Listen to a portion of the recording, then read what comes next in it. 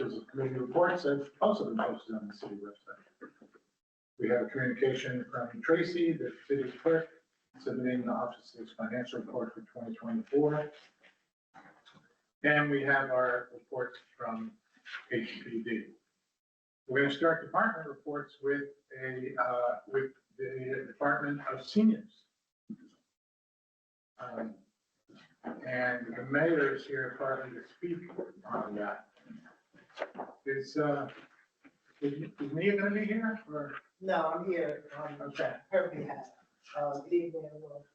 I wanted to address a few things regarding the senior center and commissioners as well.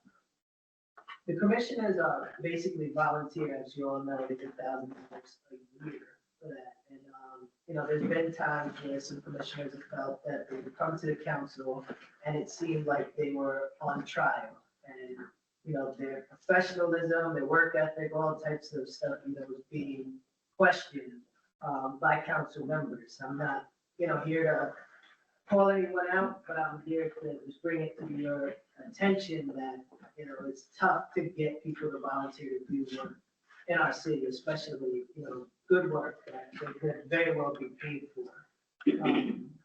So when people are here, I would just ask that, members of the council respect them. We don't have to show up to these council meetings, and the council meeting isn't the only time that council members can reach out to the commissioners or directors, or anyone of that sort.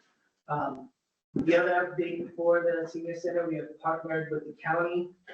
So the county is going to be there full time Monday through Friday from 9:30 to 1 p.m. doing their regular programming as well as their meal programs. All of the programs at the senior center are booked right now, so we are looking for new things to put on. And if there's any questions about anything going on at the senior center, please reach out to me. Okay, thank you, Mayor. Any questions? So, excuse me, so who is the commissioner now?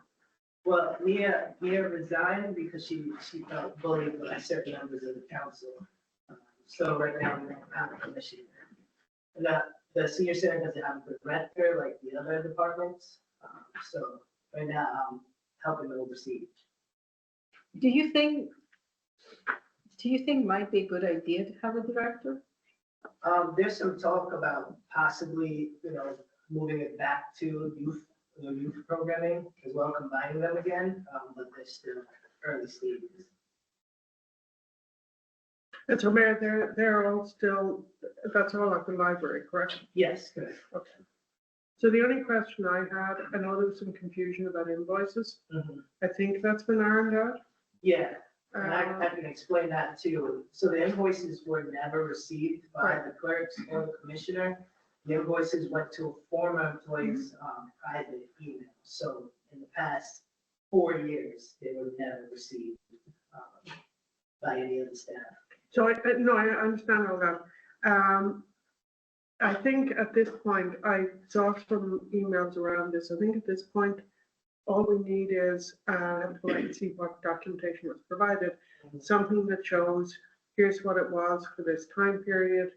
I've already provided that. Yeah, no, I know. So right off the bat, I spoke with everyone. I got the Galvin invoices, but then I was asked to get the actual invoices from the utility company. Yeah. So you guys have all that. No, I know that. But what I'm saying, what I want to propose is that we just need to look at documentation that we've received, look at the trends prior to the period. We know that utilities increased during that period. If it all tracks out and it looks reasonable, then I think the council needs to just have it on the bills and a vote to pay for it. Unless there's something about it that looks, I saw what you said. Unless there's something that looks completely out of whack, this is something that we just need to draw a line under and pay it. Mm-hmm. Well, I think moving forward, we should have all the invoices from the utility company, and they should be verified by City Hall to make sure, not that Galvin is not correct, invoices come but in. sometimes things happen. Yeah, but the thing is, we've never received this in my time here. Yeah, Never exactly. came in. So- But moving forward, should Yeah, start. but all the other invoices that have to do with, any other department, they come through the voucher system. Okay. Yeah, but this arrangement is unusual in that the structure of the lease is that they pay X%. Mhm. So the only thing that needs to be in place is across, sorry? Can you speak a little louder? Oh, I'm sorry, I'll turn my ear ears down. The only thing that needs to be in place is that, when the landlord says you owe 3,000 for this time period as X% of the bill, that along with that, you owe 3,000 comes the original bill that shows that that is indeed a correct calculation. And whether that needs to go directly to City Hall or whether it's handled by the clerk or whoever, I mean, that is not a complicated process to put in place. But at this point, I think, Justin, with what you sent us, we need to just look at it. Does this look okay? Is it good? Pay it and move on. I think Rich has his hand up. Oh, thank you. Rich? Yeah, do we know where the bills are being forwarded now?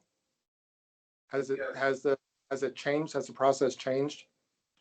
Yes, so after uncovering all of this and, where it was going to a non-cityofhudson.org email address, I then requested that going forward, the bills are sent not only to senior services at cityofhudson.org, which is the clerk, Reagan Teagarden, and also the commissioner who has now resigned. So that's what's set up now, that it will go to both of those email addresses going forward. And if there's a request to have it go to any other email addresses, I can certainly make that happen.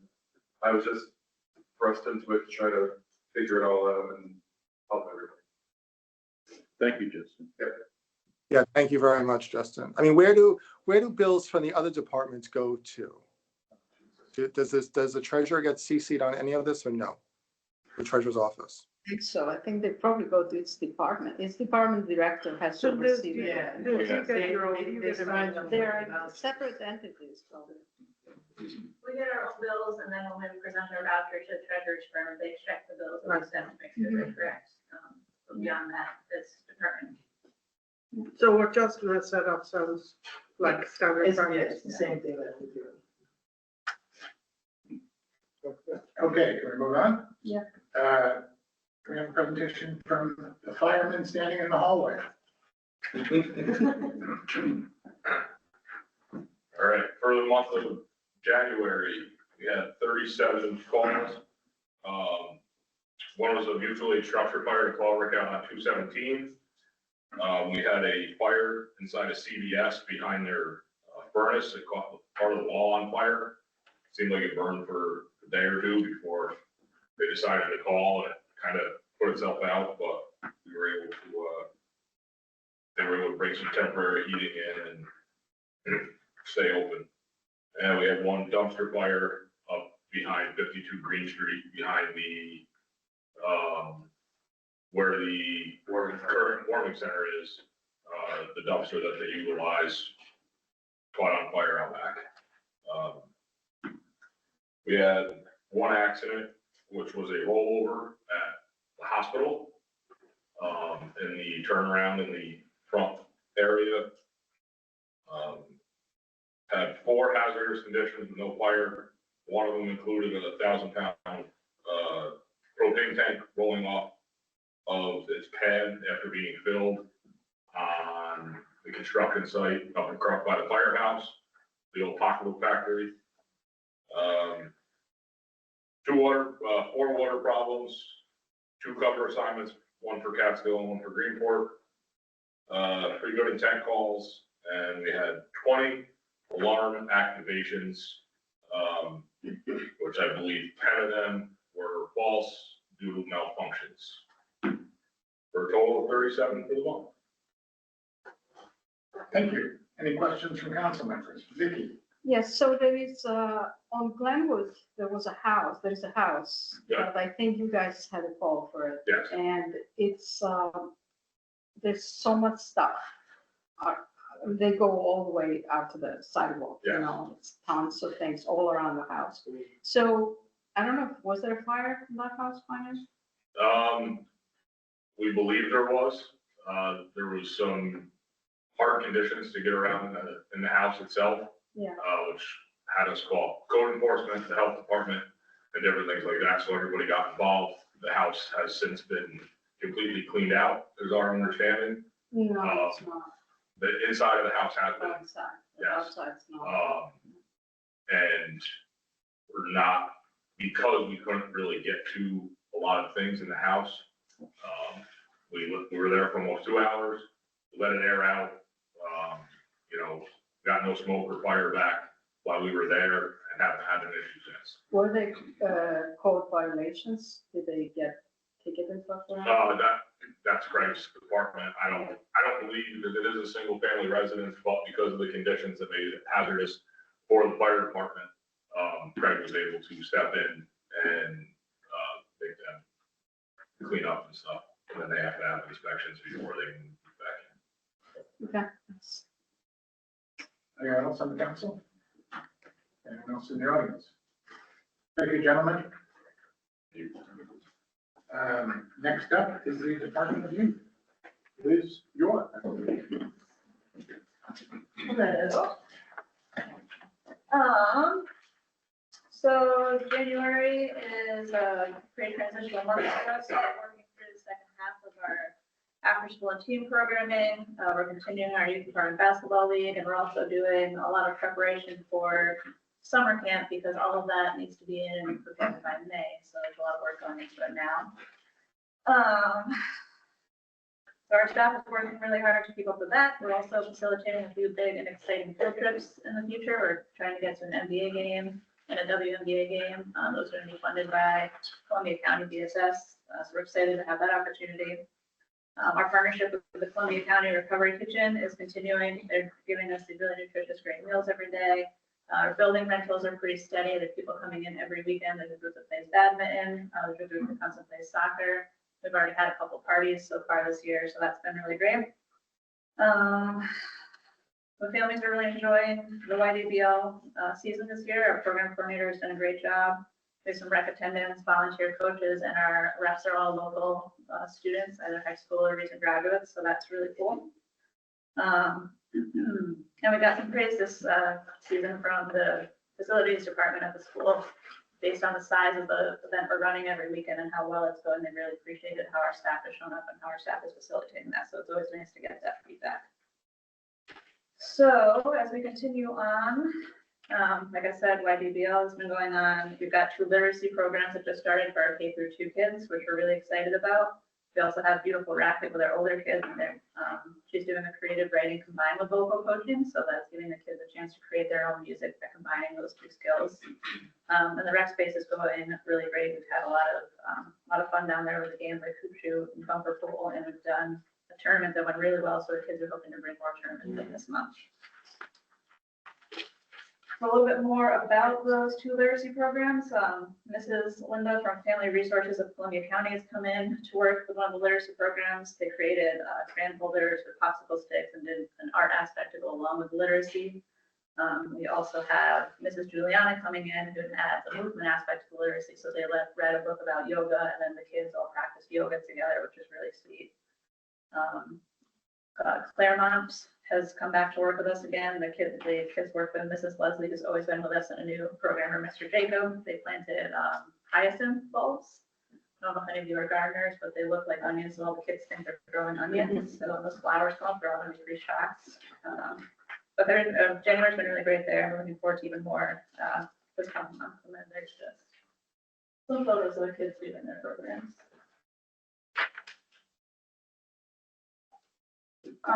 One thing too that I want to mention, because the student is really excited, one of the kids finally learned, I don't know if you guys have ever done the Bindlestone circus activities, but one of the kids finally was able to spin their own plates on their stick, which I also accomplished on my own once and was overjoyed, so I understand how scary it was for them. If you haven't done it yet, so check out one of their programs, they're really great.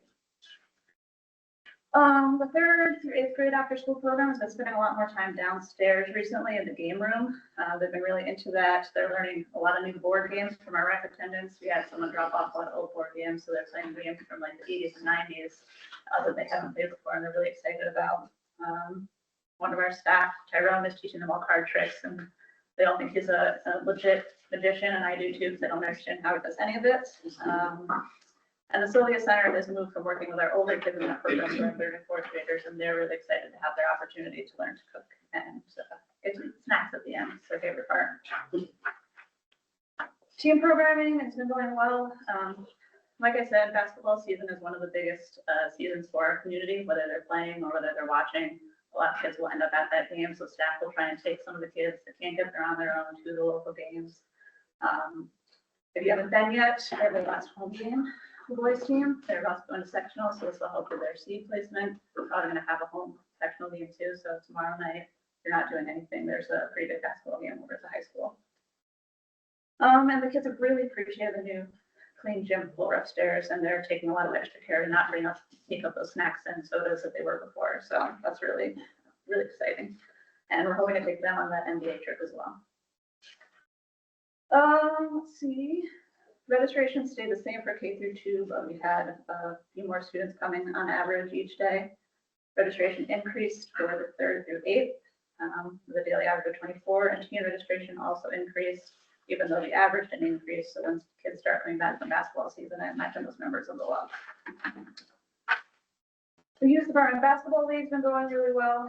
181 kids registered, 74 for skills and drills, even more for leagues than last year. One of the things we're noticing when we started up about almost 4 years ago when I started, they hadn't done basketball for a little while, so the kids' skills weren't quite there. Something we're noticing this year with the 3rd and 4th graders is their skill levels are pretty high, and they're able to build off of that as they're going into league play. And so that shows that our skills and drills is really helping. And we've actually got quite a few new faces this year, which means, people are hearing good things about it and showing up. So that's really, really exciting. The last weekend for that is Saturday. So if you haven't gone to those, and you're maybe at the farmer's market, want to swing by, we'll be over at the school. And then there's just a lot of pictures of playing basketball because they're really great photos.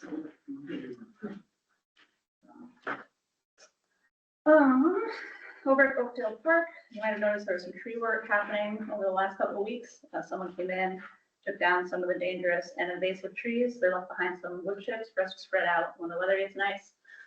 Obviously, it's very cold and difficult to do right now, so it might be a couple of weeks before we can get some volunteers in there to spread that, but that's coming. So just try not to pick those around or mess with them too much if you can while you're out on the trails. And then the other thing, Oakdale, just a reminder that the ice is not safe, it's not stable. There is moving water under it because it does have an inlet and an outlet. So just make sure you're staying off of the ice when you're at the park. Community-wide, like I said, the building rentals have been going well. We've got every Sunday from 2 to 5, badminton is happening. There's been group doing soccer drills and parties. So that is something that's available to the entire community. So if you have an event coming up, we have posted a lot of parties. We've got the kitchen that's available, the gym, and the big open first floor. So you can find that information on our website, or just give us a call and we can share the information. But the rental opportunities are for everyone, so if anybody's interested. And then, as I said, this month we'll be releasing our registration for Oakdale. We're going to email all the families directly that have registered last year so that they have first access, and then we'll open it up to the general public. We've already got some field trips planned and some of the programs planned. As a reminder, Oakdale is 6 weeks from early July to early August. We provide transportation to and from camp thanks to Columbia County DSS. We provide breakfast and lunch each day thanks to the school district. And we're the only camp in the area that doesn't have to close for inclement weather thanks to our second location at the school. So it's a really great camp. We're hoping to have people return every year, maybe get a little bit bigger every year. So look out for that. And we're also looking for employees, counselors in training, lifeguards, bike shop apprentices, and we have 1 part-time labor position for this summer as well. And that's it. Thank you. There's questions from the council? Anyone? Wonderful job, as always. I like the attendance, but it's out, that's great news. Have you thought of having, putting together a play, for instance? We did go to Hudson Hall and work with them to do a play at one point.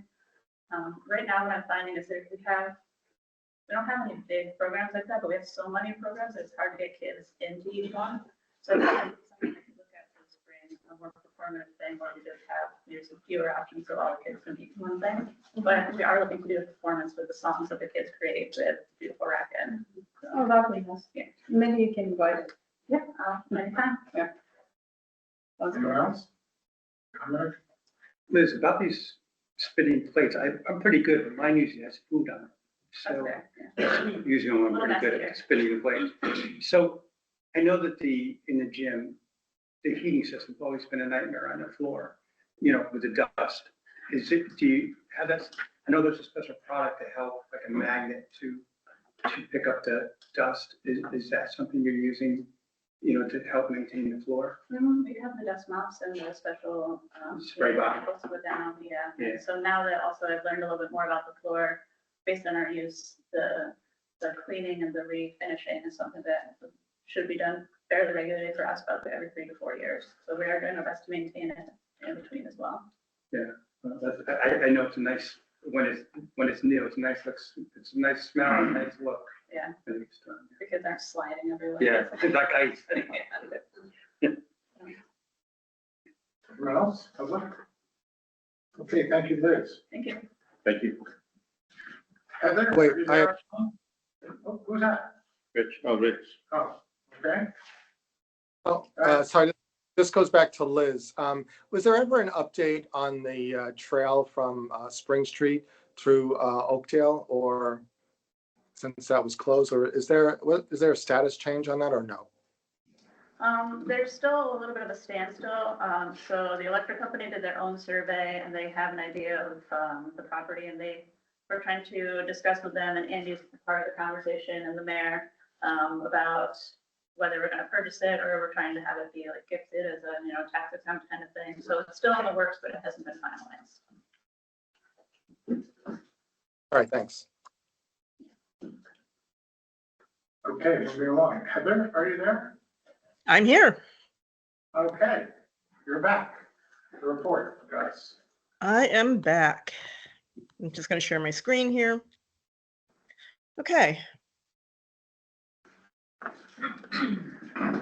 So that says 2023 budget, but it should read 2024 budget. Sorry, I was sort of last minute trying to update all of this, so I apologize. Wait. Yeah, no, that's right. The numbers are correct. It's just the number there is wrong. So this is wrong. I apologize. 2024.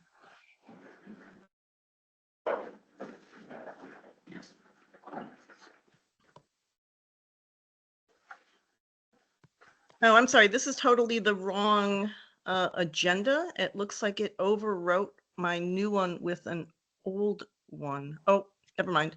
Apologize. Let me stop sharing that and let me find the new one. Is it in our agenda? Is her report in our agenda? No, not No, yet. okay. Nope. Okay, so it was at the- Oh, I see what you're saying. I didn't quite understand.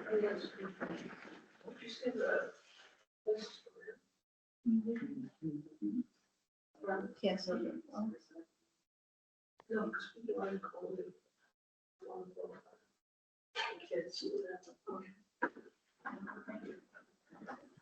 want me to come back, Heather? And- Yes, please. Okay, let's go to the police. Chief Franklin. Hello. So body worn cam reports, there was nothing in those reports to indicate any training needs or disciplinary action. We had 0 use of force incidents, 32 arrests for 49 total charges, 9 emotionally disturbed person reports for the month, and then 0 incidents involving drug overdose or suspected drug overdose. I do want to mention, so next week, there is a resolution forthcoming for a new RMS system. We recently passed a resolution for acceptance of a grant that we applied for new records management system. I had sent it, we received the contract sent it to legal so that they could review before they drafted up a resolution to give to the council. So that's being worked on right now, and I was told that resolution would be ready for next week's meeting.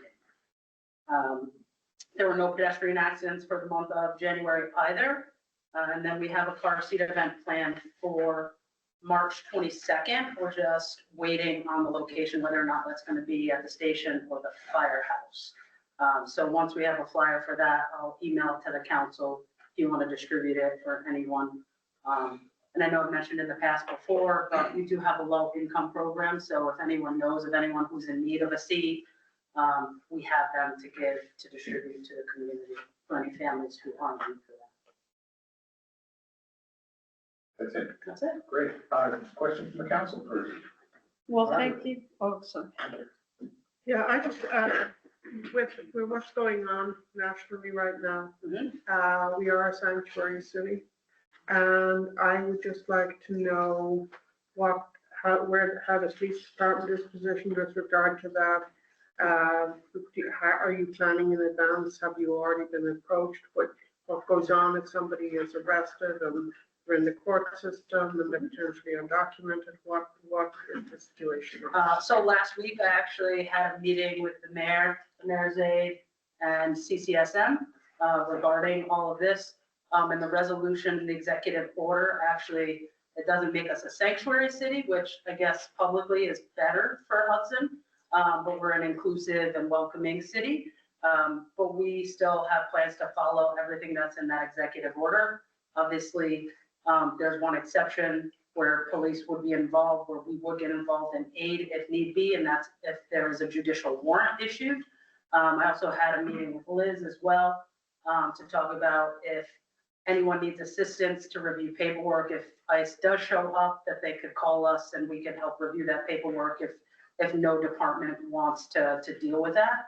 And then we'll plan accordingly. So the resolution you're referring to is one that was passed in the past, correct? Yes, with It's Mayor, one that's on. Mayor Hamilton. Right, Yes. right. There's an executive order. Right. Yes. Sorry, thank you. Right.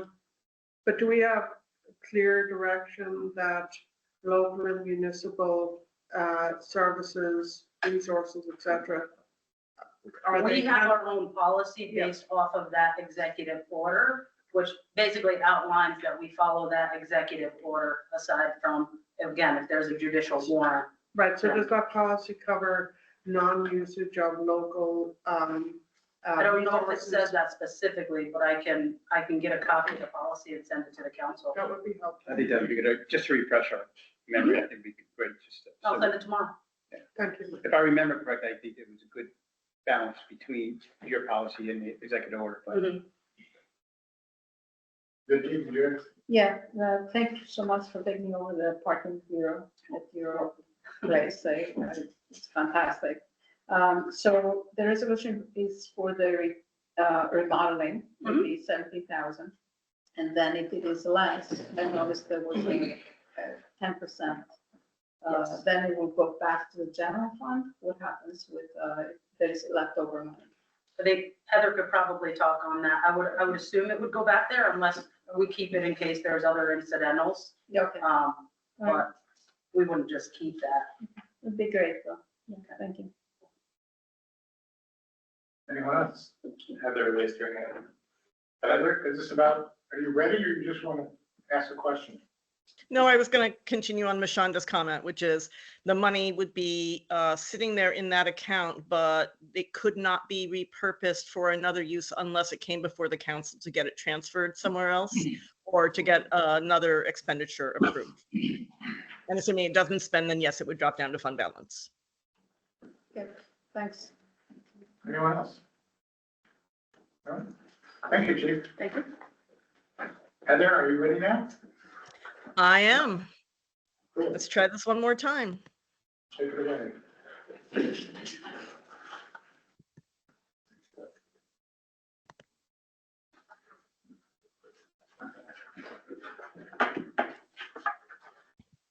Okay, can everybody see that? Mhm. Awesome.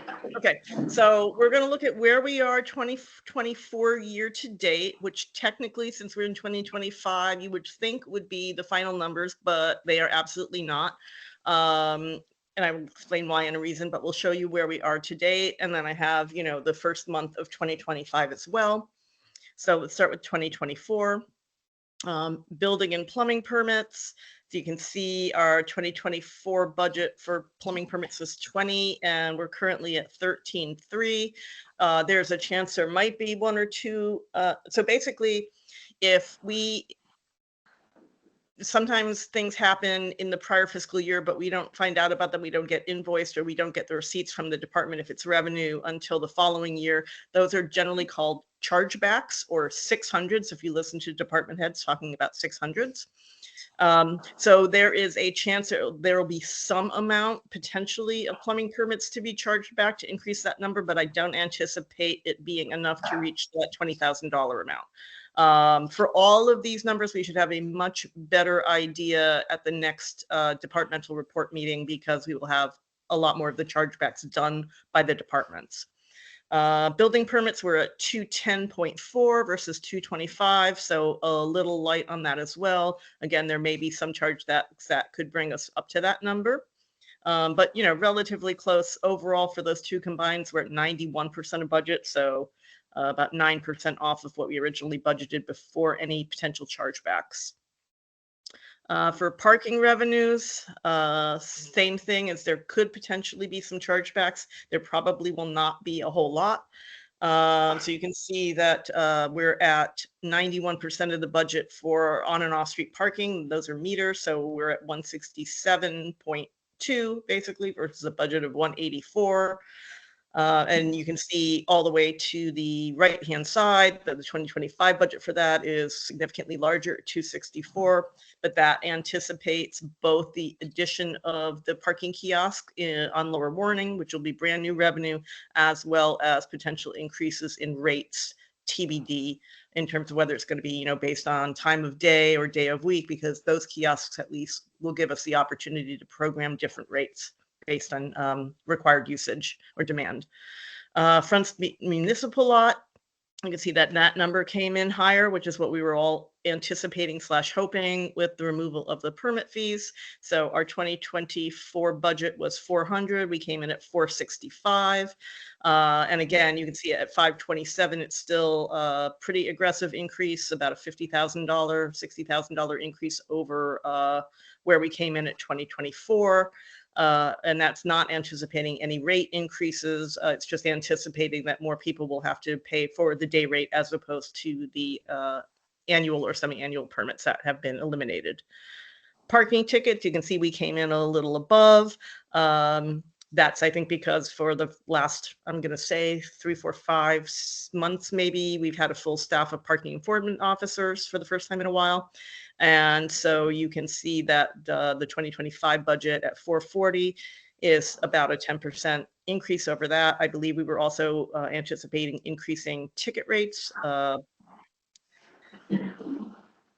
In terms of various non-property taxes, we haven't received our fourth quarter sales tax. We received that generally in February, but I do know what the amount is, so I've added that amount in here. You can see that the budget was 2.45 million and we came in at 2.355 million, so 96% of budget. 98% versus a year ago. That is a final number, and it's the first time in several years that sales tax has actually been lower than the prior year. And that is something that you know, we had been hearing for quite some time, that it was sort of to slow down, particularly in Columbia County. The state overall was up 2 or 3%, but Columbia County was down about 4%. Cannabis tax, again, we've only received 2 payments.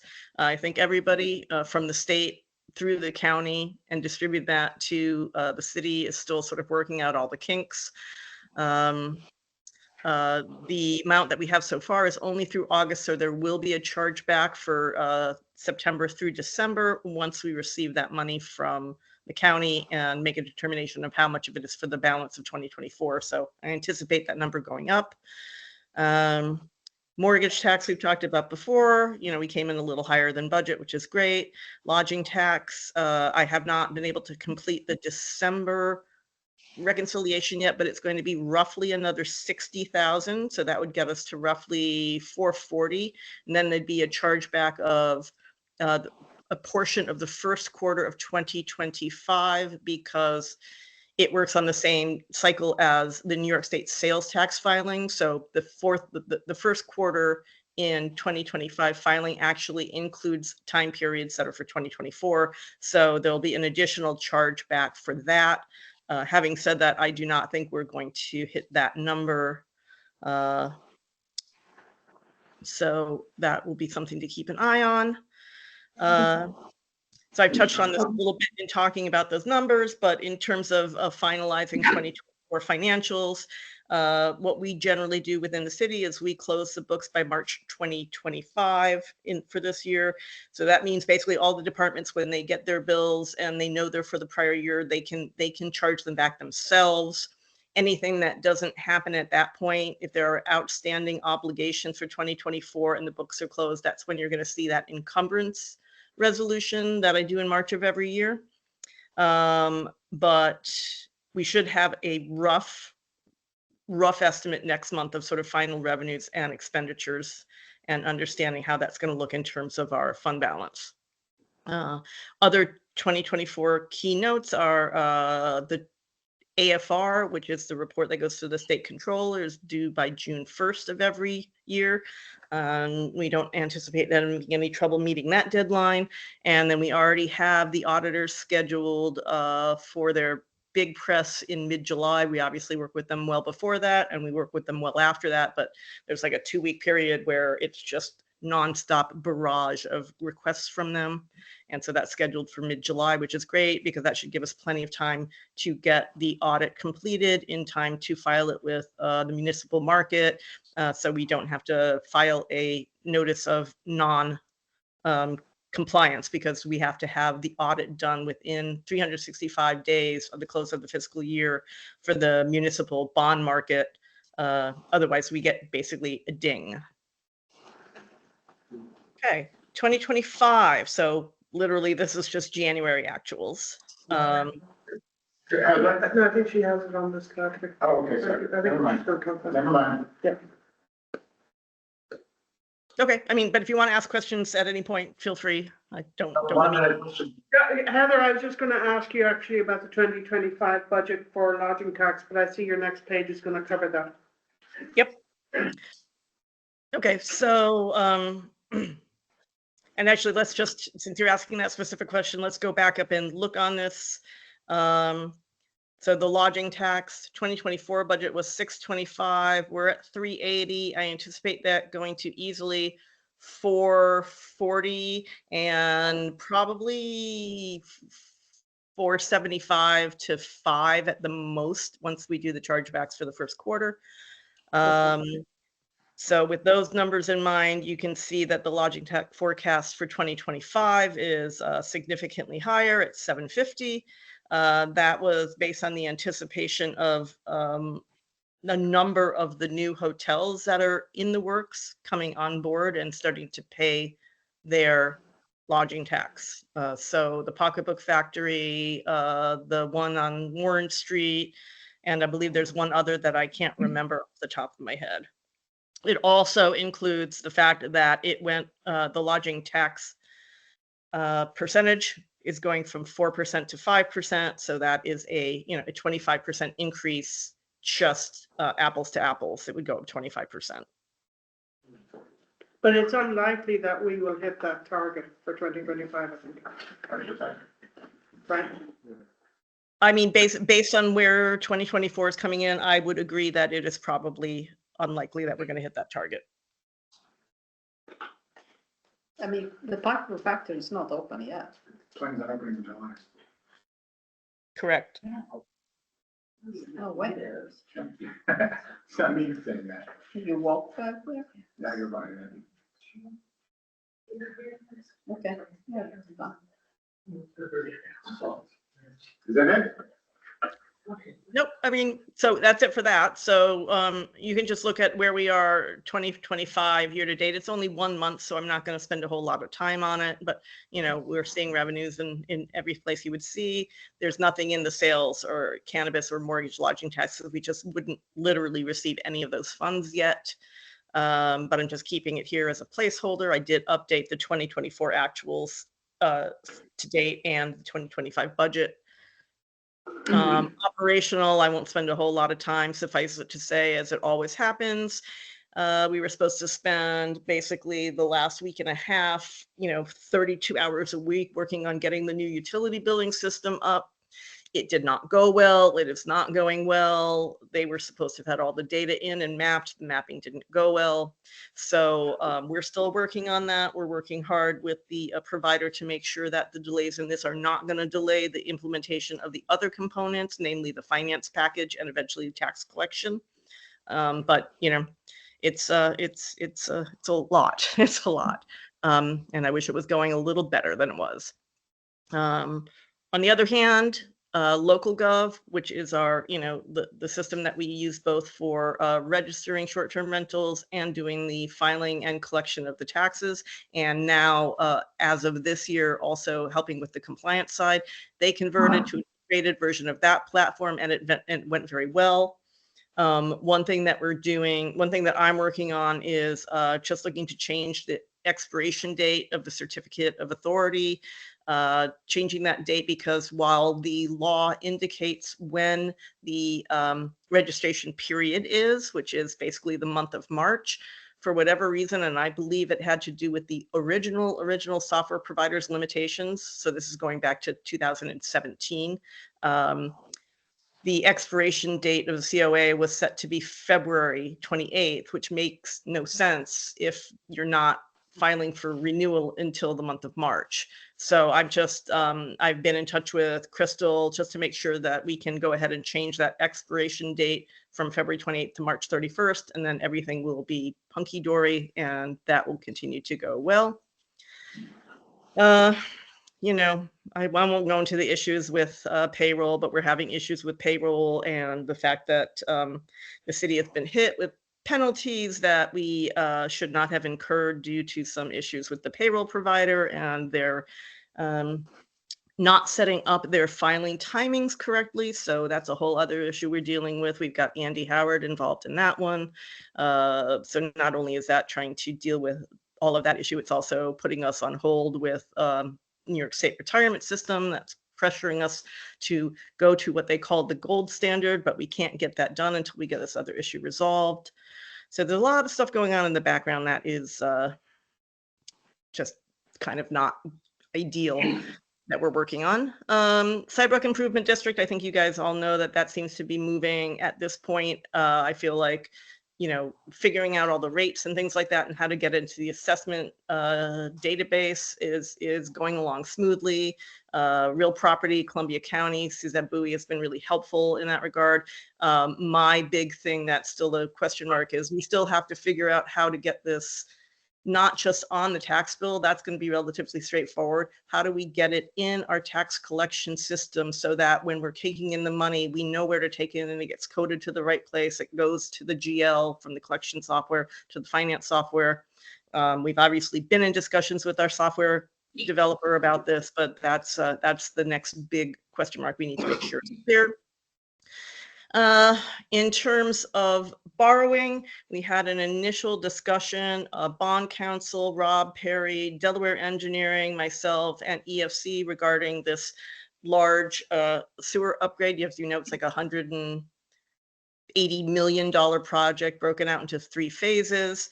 I know Rob's told you a lot about the grants that we've gotten, which are outlined here. What you're going to see next week, I apologize, I didn't have it ready for tonight's meeting, is a updated bond resolution, because the original bond resolution was based on what we thought we had in hand. And so there was a total project cost of 58.6 million and a maximum borrowing of 33.6 million. Since then, the city was awarded another grant. Delaware Engineering and DPW re-engineered the project to basically maximize the fact that we can get the most money out of those grants as possible. As a result, you're going to see a bond resolution that increases the project cost to 66.6 million, but it's going to reduce the max borrowing of 27.5. And that's just based on the net of this additional grant and what we might have to come out of pocket for. Another key aspect of that is the city is under a constitutional debt limit, as are all municipalities in New York State. And every year we have to do a determination of what our debt limit is and how much window we have. This is obviously a very, very large amount of additional debt that the city is going to be taking on. But the good thing is there is a mechanism in place that was just renewed in 2023 or 2024 by New York State for another 10 years that allows for the exclusion of certain types of sewer debt from the constitutional debt limit. So very important, and that's something that we'll be working on to make sure we get that in and ideally approved by OSC before the end of this year. The other thing to know about borrowing is, we're going to have the current bond anticipation notes, which are the short-term 1-year borrowing that we've been doing for things like the DRI and other projects where we anticipate getting the bulk of the money returned in grant disbursements. That's been happening in June of every year. One of the unfortunate things, and based on my discussions, is that even though the bulk of the Complete Streets project, which is a $3.1 million project, it'll be done probably before we go to the next round of financing, but it's virtually impossible that we're going to get the reimbursements from New York State before that time, which means we're going to have to borrow short-term again to cover that, to float the money until we get the disbursements from New York. And the example I will give you is we put in a disbursement for, it was only like $207,000, and it took 10 months to get that one reimbursed. So we're having some cash flow management issues because of that. And that's basically it. Thank you, Heather. Questions, Vicky? Rob has his hand up. Who? Rob Perry. Rob Perry, Oh. when she was talking about that. Okay, Rob, did you want to ask Heather something? Heather, just a quick thing. My spreadsheet says the local share is not 27, it's 17 million. Yes, that's a good point. We do anticipate that at the end of the day, the total project cost to the city is going to be roughly 17 million. The reason why the borrowing is 27 million is because one of the 3 grants, which is the WQIP grant, in particular for $10 million, it is unclear whether or not that can be rolled into the EFC short-term financing. If it cannot, then we're going to have to borrow that, understanding that eventually the majority of that will be paid down once the bill grant and the other funds come in. So that's why it's 27 instead of 17. Okay, Margaret, do you have a question? Yeah, I did. So just for the council in general, but Heather, you and I had talked or emailed briefly about this. I attended NICOM, which is New York Commission on Mayors, last week. And we had a presentation by the National League of Cities, which I don't have this slide deck yet, I've requested it. They went through with all of the current executive orders, freezing release of funding. They were going through various funding sources that will have an impact on municipalities because, Federal funding. yes, because many municipality grants and local grants are a combination of both state and federal. When I get that, I'm going to share it with Heather. They have been researching all of the possible funding sources that are potentially at risk. And they were recommending, and I think Heather, you were looking at this, they were recommending that municipalities look at any projects they currently have in place, what the funding sources are, and whether or not there's any federal impact or contribution. So I don't know where we stand with that. Heather, I'm sorry, Yeah. Heather, you would know that because if it's any federal money, you have to do a separate audit, correct? To an extent, yes. If we spend more than X amount in federal funds, we do have to have a single federal audit. It's unclear right now whether we're going to have to do that for 2024. We have to file something with the the federal government by the end of this month to say whether or not we exceeded 750,000. If we do, then we have to do a separate federal audit, which does require going into more detail on all of those funds. I think my biggest concern is, you know, there literally was an executive order saying we're not going to pay out any grant money. And then 24 hours later, it was rescinded. We've got, not only do we have, you know, grants, like for example, the grants that Mashonda told you about, there's 3 different COPS grants. I believe the COPS grants are 100% federally funded. So obviously, you know, one of my concerns is we go and we spend the money, assuming we're going to get the grant disbursement, and then, you know, they just decide, nope. And I don't know what we're supposed to do about that. So Heather, that's exactly my point, that what NLC was recommending, and it's going to be about a week before I can get the slide deck, but and their website actually goes through all of these executive orders and what types of grants they impact. I think if we can try and do at least some assessment of our exposure, that might be a good idea. And if you would like to, I'm happy to volunteer to assist in going through whatever we've got. Because it's not a small undertaking, but it was actually quite alarming what she was laying out and the potential impact to municipalities. Precisely the case you just brought up. Vicky. Yes, Heather, what is the status of the delinquent taxes, the 2.5 million? I recently touched base with Andy Howard again to ask him if we had been able to find an attorney that would be willing to take it on. Apparently there's a little bit of a miscommunication because I had reached out to the county attorney that handles them, but I was just reaching out to him to ask procedural questions. I think Andy thought that he might be taking this on, given the fact that the guy never got back to me at all, and given the fact that the county has shown no interest in being involved in any of the other financial aspects of the county. I don't think that the county is going to be willing to take that on. They won't take on the reassessment either. So I communicated that back to Andy, and hopefully Andy is trying to find an attorney that will take on that. But what happened to the company I gave you up in Albany? Andy contacted them. I believe that he, so there's also the 98 Paddock Place issue, if we all remember. Yeah. And I believe he asked that firm to take that project on to start with. And I think hope he's planning on asking them to take on the foreclosure thing as well. Okay, so the one from Albany that will do it, the one Yes. I gave you. Okay, Correct. great. Yep. Also, could we have that report for the finance committee? It'd be nice. I think she sent it. I don't see it. Yeah, Okay. No, I did not send the one that I just went through. I can send that to you all. It will also be posted on the website. What I sent to you today was that overview that I did about the. Yeah, no, I know that one. Yeah. What she just went through. Oh, you might want, that Yeah, always that's good. gets published. Yeah, okay. It does. Yeah, it's always published. It's always published online after the fact. Okay, thank Any you. other questions from council members? Anybody, I can't see anybody up there. Public? Okay, Rob Perry, you're up. Rob? Yeah, I'm coming. Bloop, bloop, bloop. Go. All right. So, the septage for the month of December was $43,400. We ended the year at $567,000. Based on what we had put in for a revenue, we exceeded the revenue by $70,000. That's $70,000. Just some brief statistics about the septage business.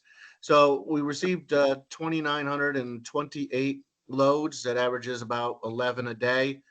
The volume through the plant is about 0.5% of the total volume that goes through the plant. And in 2024, it represented 38% of the revenue.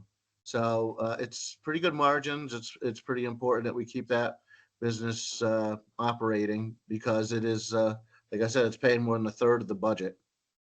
Headworks, just as, a lot of times I say grit, and not that everybody knows what grit means, but here you go. This was one of the grit pumps. It was clogged up, it's stone, small aggregate, various things have been kind of pulverized through the process of getting to the plant.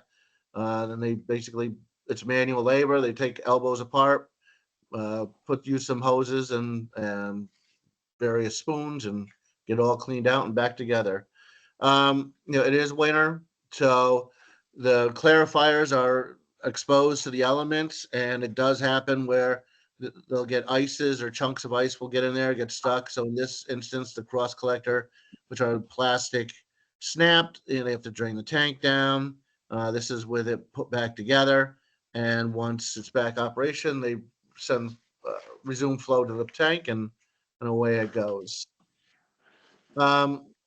We had so we talk about the capital budget there for the stormwater separation, and as Heather just described, and I'll describe some of the money too. Based on when we put the original bond resolution, we knew we were applying for other grants. We didn't know whether we would win them all or any of them. We didn't know what we would be awarded, whether it be partial or max. Of course, we're awarded all of the max on all of them. So that's good news. So Heather's already gone through the finance of it. Just to give you an idea of where we are today, the process, we're breaking this first project into 2 phases. The first phase is Columbia Street, and this is front up here on the top right, and this is 7th Street Park on the bottom left. And what you're looking at, these blue dots, are 17,000 data points taken by the surveyors, and these will all be used for developing the design plans, and they're getting the topographical elevation. So this is phase 1. Phase 2 involves taking inverts using these points, which is basically they take a tape measure, find the top of the pipes that are in there, and then use these points as a reference to find out what actually the elevations are of the pipes. And then from there, they back out where the new pipes need to be, how to catch all the sanitary connections and so forth. So it's a very, very involved process. And right now they've done Columbia Street from front to Park, Prison Alley from front to 4th, and Long Alley from 2nd to 7th. So we'll take these data points and start going through the design phase next. Heather went through the financing, so I'm not going to revisit that. Water department. So once every couple of years, the EPA sends us this box, and it's filled with, I think, 50 or 60 different samples. They have to be taken over a couple of months.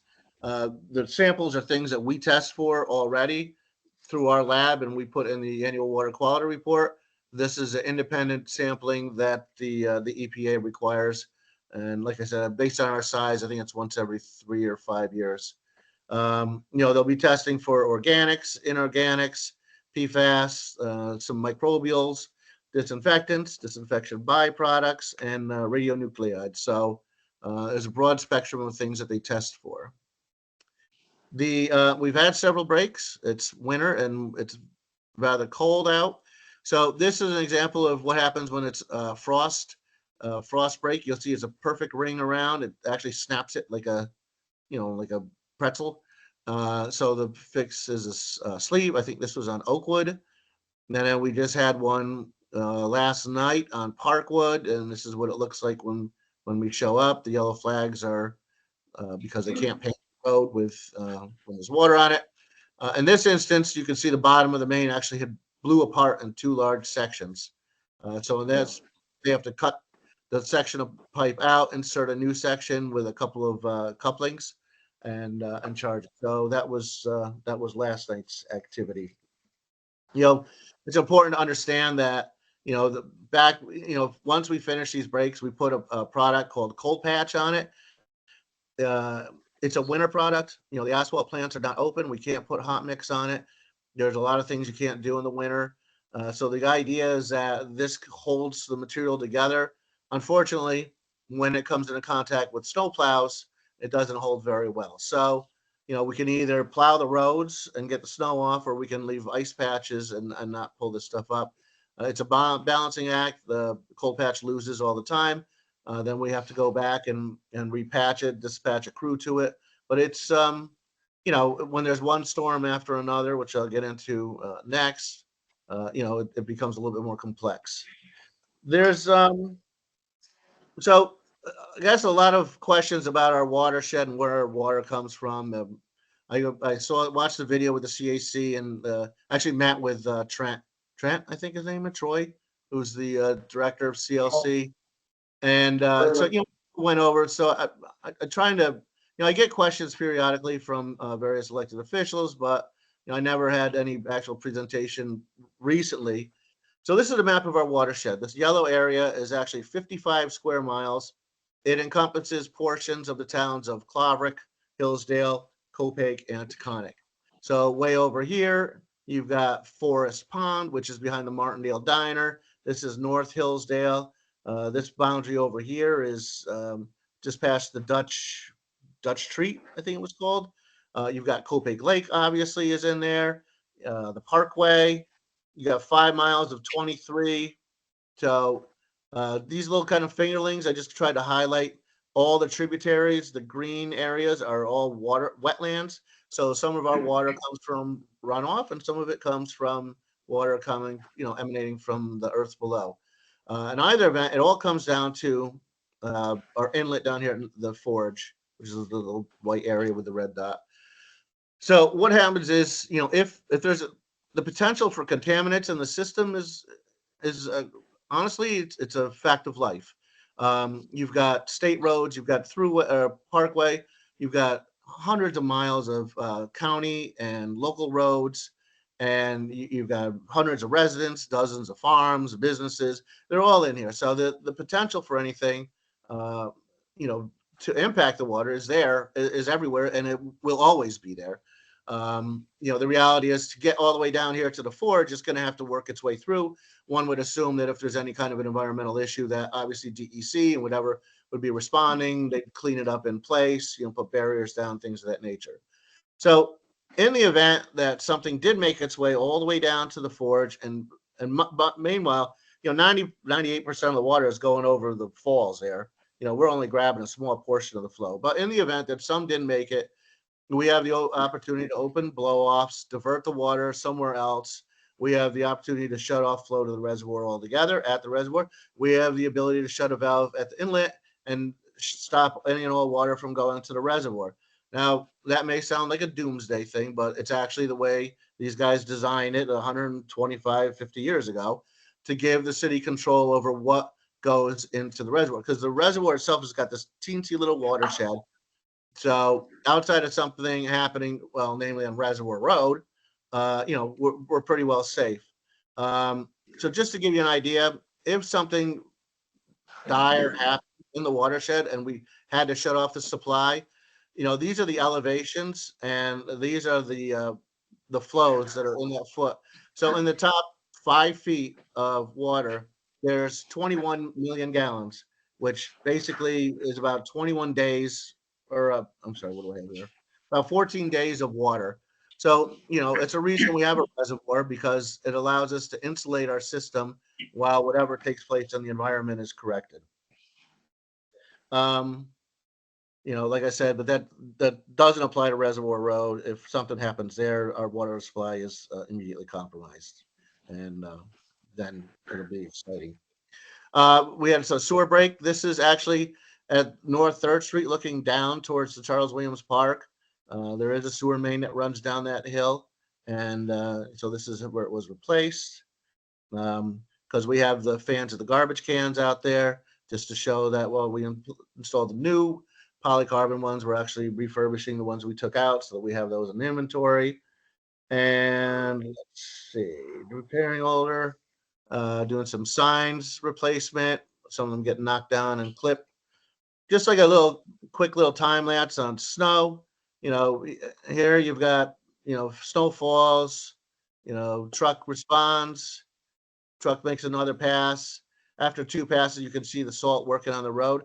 This is actually from the time the truck made the first pass going up, it's 21 minutes time. So the salt does start to activate pretty quickly, and start to eat the material. The more material it eats up, the less material ends up on the curb, the less we have to plow later. And it just makes it a cleaner product. You know, you get a drier road faster. We have, sorry, this is it's one of the belly plows was worn through on one of our trucks, and so this was actually out of a truck that we've taken out of the plow rotation. We just scavenged one of its parts. You know, saves us probably $3,000-4,000 in a replacement. And what else? Bids. So right now we've got 4 open bids. One is DPW for paving this year. 2 are for the CAC, and the other one is for the public square. And it's for the public square. You know, we've already had an on-site bid meeting, and we've had a virtual bid meeting. So I believe we have 4 contractors that have that attended either the in-person or the online at this point. Nelly Blade, and this is the exhibit. The actual bid is online in the New York State Contract Reporter. These are the streets we're looking at. Obviously, this is a goal.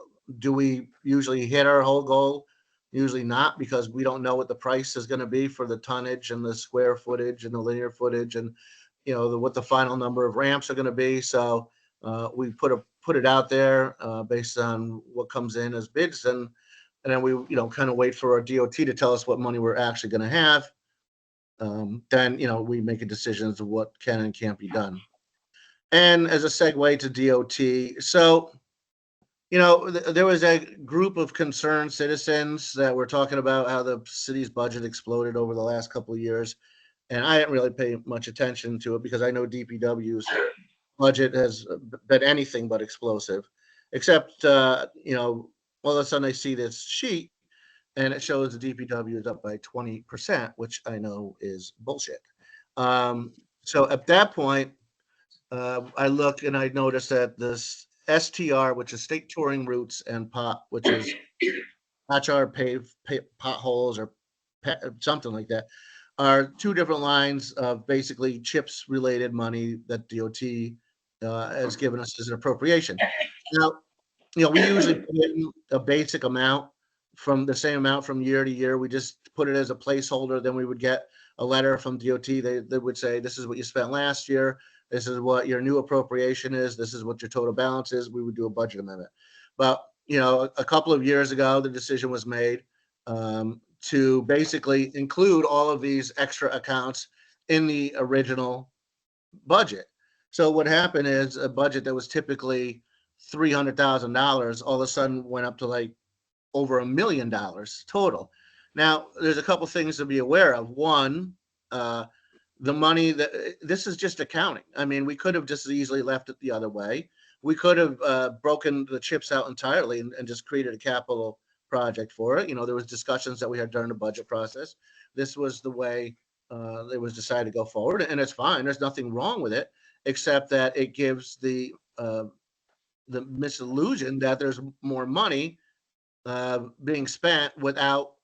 Oh wait, it's also revenue neutral because it has an equal and opposite offset from DOT. So did we show an increase of $725,000 in these 2 accounts? Yes. But if you go to the revenue side, there's a 1-for-1 offset. And, and by the way, not without saying it, but most of this money hasn't even been spent. It's sitting in the account, which you'll see up here. STR is at $2.8 million. Oh my God, why are we holding on to all this money? Well, because one of the things from the state touring routes that it is applicable for is, believe it or not, bridges over railways. And since the CSX, the bridge, Ferry Street Bridge, is a $5 million bridge and only $3.2 million of it is funded through state transportation improvement money, which is, federal money, then that leaves the city holding another $2 million. But according to what we've got in our sheets and what we've heard from DOT is that we can apply this state touring routes money towards the balance and therefore have a bridge without any debt service for the remainder of the thing. So that's important. Also important is, oh my God, DPW personnel went up 4% over 5 years. 20 full-time people. Oh boy. couple part-timers, woo-hoo, right? And then everything else, set a measly $17,000. I mean, you know what things cost 4 years ago and what they cost now. The same thing happened at concrete and blacktop and asphalt. And we went up, I said, basically that account went down if you figure purchasing power. So as far as DPW going up 23%, not true, fake news. And that's all I can say. Thank you, Rob, for supporting my own view that a lot of the state news about the budget. Commissioners and council members. Vicky. Thank you for this detailed report, Rob. Couple of questions. When is the paving project starts usually? Well, first we need, we can't issue any contracts until we get the numbers from DOT. And we don't get the numbers from DOT until the state approves their budget. So the budget ends on March 31st. If they pass the budget on time, then we usually get the letters the next week. If the budget gets delayed, then we'll get the letters a little bit later. But the idea is to have, you know, basically a contractor lined up, have a lot of the formalities taken place. And then once we get an idea what the financing is going to be from the state, then we can begin to execute the project. Rich Fuller has his hand up. No, I didn't Oh, finish. sorry. I had- Yeah, I'm sorry. Also, why the sidewalk in Parkwood is closed? I noticed a stretch there that is No, already there's- closed. There's a sinkhole in the ground. We've thrown some material into it to try and hold it up, but it's, you know, the reality is the sewer is pretty deep, and for us to excavate it, we're gonna have to take a good chunk of the road.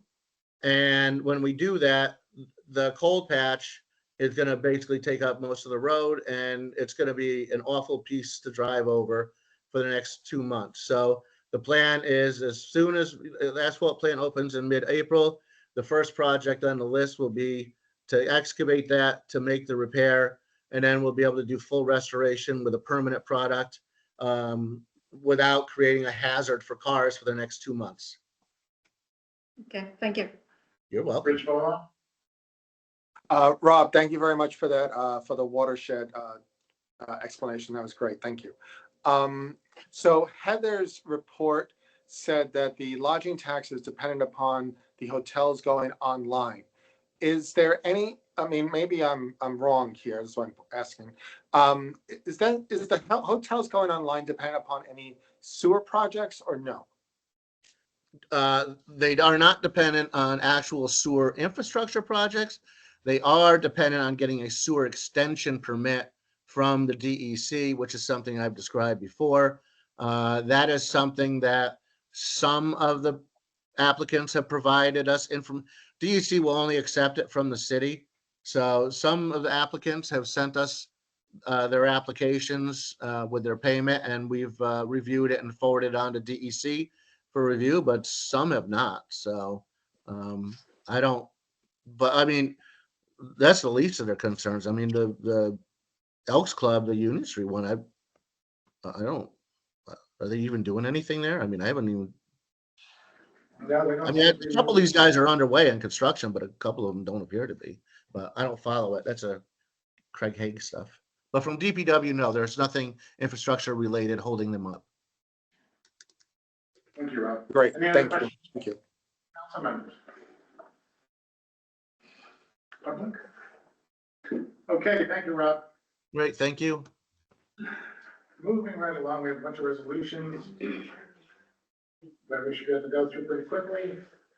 First one is appointing Commissioner Deeds. Can I have an introduction in a second? Margaret and Ron.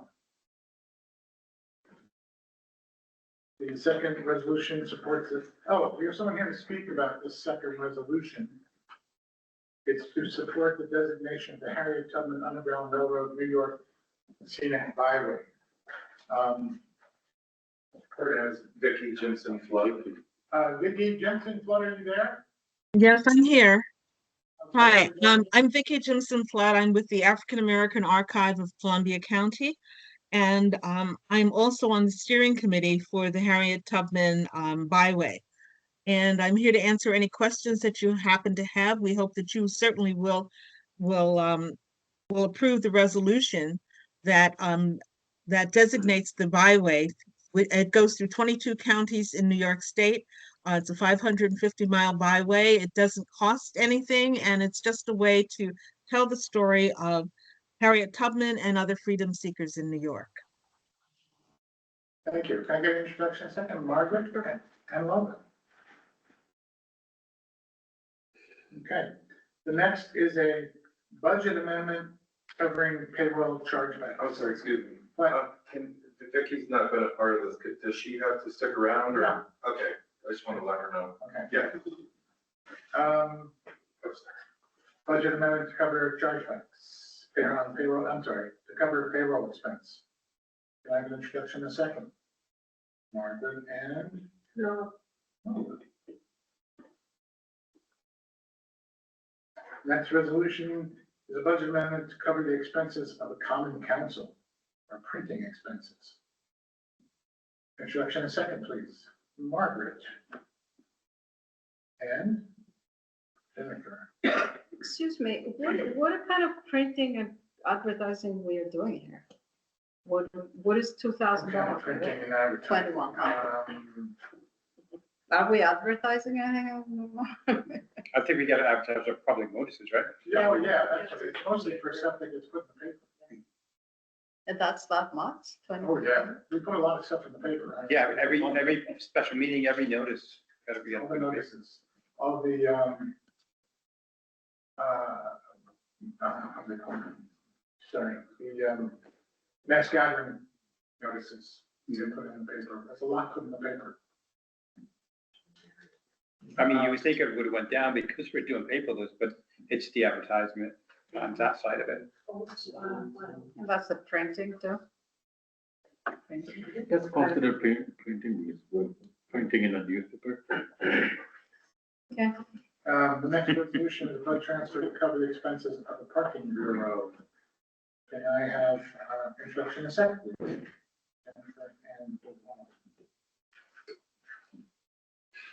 the next is a transfer of funds to relocate the parking violation bureau. Jennifer and Dewan. And the last is to execute professional services consulting agreement with the parking mobility consultants. This has been vetted by our attorneys and overseen by Jen in the process. I have an introduction in a second. Jen and Dewan. Well, that was fast and done. Now, we have a presentation from the truck committee. So I'm just going to introduce this. If you could pull up the version, go to slide 1, that's into this. So as I'm sure you're all aware, the truck committee has been meeting for a couple of years. This committee has been made up of community members, supervisors, and council members. Over the course of this time, we have dug into details from the truck traffic study that was done a few years ago. We've met with DOT, other municipalities to determine what is and is not within our power to change. We have also most recently, as of towards the last quarter of last year, we got the results of a study by an engineering company that looked at the impact of truck traffic on our roads and what our roads can bear and so forth. And so at this point, we have, having pulled all of that information together, and I really want to thank the folks from community and supervisors who stuck with us throughout this. It was a lot of work. At this point, we have compiled our observations from the project and are ready to make recommendations to you. And so this evening, Ronnie, who has been actively involved from the very beginning, is going to lead off with just refreshing you on what our objectives were. And then Jason Foster, community member, who's also an engineer, is going to give some more detail on how we came to the recommendations that we've got. So Ronnie, I'm going to pass this over to you. Thank you, Margaret. Can you guys hear me clearly? Yes, thank you. All right. So as Margaret has mentioned, various members of the community, supervisors, as well as a few of us council members have been working on this with the objective that, trucks are overall, they have an impact not only on the health and safety of the city residents and visitors and businesses, as well as to the actual infrastructure of the city. Not only that, we've had multiple complaints from residents about damages happening to their houses just over years of accumulated stress due to trucks passing by their homes. As mentioned, our objective was to either eliminate trucks or remove them from our city, specifically from the 2 truck routes that go through the city. As we will see from our findings and Margaret's research, the city only has a mandate from the state to allow truck traffic through one of these routes. Jason will get into the data that kind of goes into that. And trying to remember what else. I don't really want to get. Yeah, I'm sorry, Ronnie, also important to mention, which you brought up at our last meeting, that this is. Oh, yes, yeah. eliminating- Right. So even if, as you'll see, our recommendation is to eliminate one of the truck routes, but that does not mean that all truck traffic from that route will now be rerouted to the other alternate route, because this would only impact through traffic. If a truck has local deliveries to be made, they can access it in any which way that they desire. And with that, I'll let Jason take away into getting us into how we found this information. There's a lot of information that had to be dug through. Thanks again, Jason, for putting this presentation together. A lot of the legwork was done by Jason and Donna. All right, thank you. I asked Logan to just start with this slide for a moment so you guys can be oriented a little bit. I know you all know our city, but we're going to be talking a lot about 3rd Street and Columbia Street as one segment, and Worth Avenue, Warren Street, Park Place, Green Street, and Fairview as another route. Let's just kind of orient as I come. Okay. Thank you. I want to thank you all for hearing us out. As Margaret said, we've been the truck committee. Many of the people here and Ronnie online have been involved in this and very well attended for 3 years. Just trying to find a way to deal with what we all know is just heavy truck volume passing through our city. Part of the nature of our city and the nature of what's on each side of our city. A lot of why the truck committee was formed in the first place was concerns about health, safety, and quality of life, as Ronnie mentioned. It was also pointed out that we tend to refer in the city as the truck route, but as I just showed on the map, there are really 2 distinct truck routes. There is coming in from the RIP and going past Stewart's and up 3rd, and then there's also coming in on Worth Avenue, and they both lead to the same place. They both lead to the other Stewart's at the other end of town. Going back to reading my notes and this here. So we met with virtually, but I know Margaret, who else attended, but Yeah, DOT. yeah, but I think it was you and I can't remember who else attended, but We had several meetings with them. so you all have seen the Trans-Tech report. One thing that's a term that I'm going to use a lot is called access highway. If you don't know what that means, it's a federal program that there are highways that are designated to allow trucks to come through different routes. And the one route at the east end of town, which is US 9, is an access highway. It's designated by the state of New York and the federal government as a place that trucks can go. The other route at the other end of town, entering on the west end of town, through 9G, so it's called 23B, goes past the Antiques Warehouse. That is not an access highway after it passes the Antiques Warehouse. 3rd Street and Columbia Street are within the control of the city of Hudson to determine whether trucks can go on them. It's not the state and the federal government will not, do not designate that.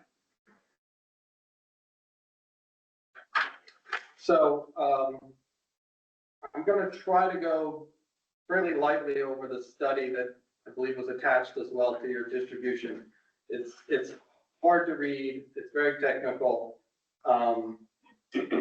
And so I'll go through and I'll leave it to ask questions, if that's okay. You can ask while I'm talking, or we can ask at the end.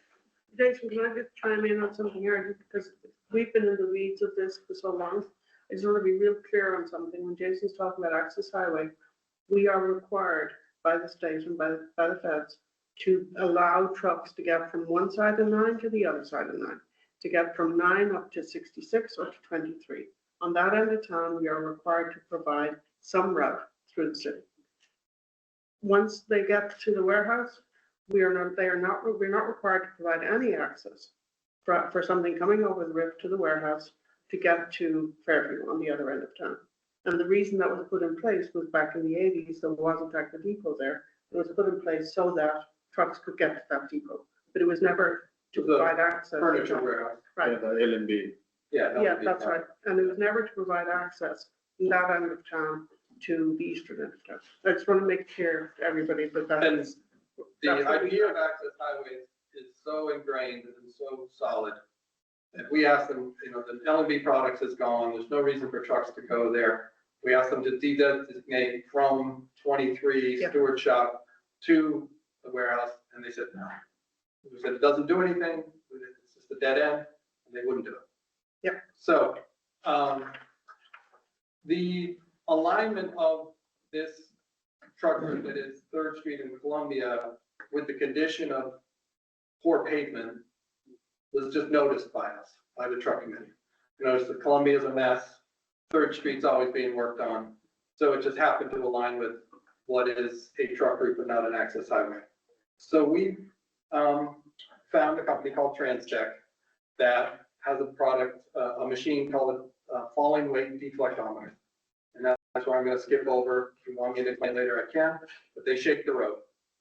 And there's just a big, just like it sounds, a big weight falls, it shakes the road. They have some some measuring devices that are stretched out over distance, and however they react is how they decide what the capacity of the road is.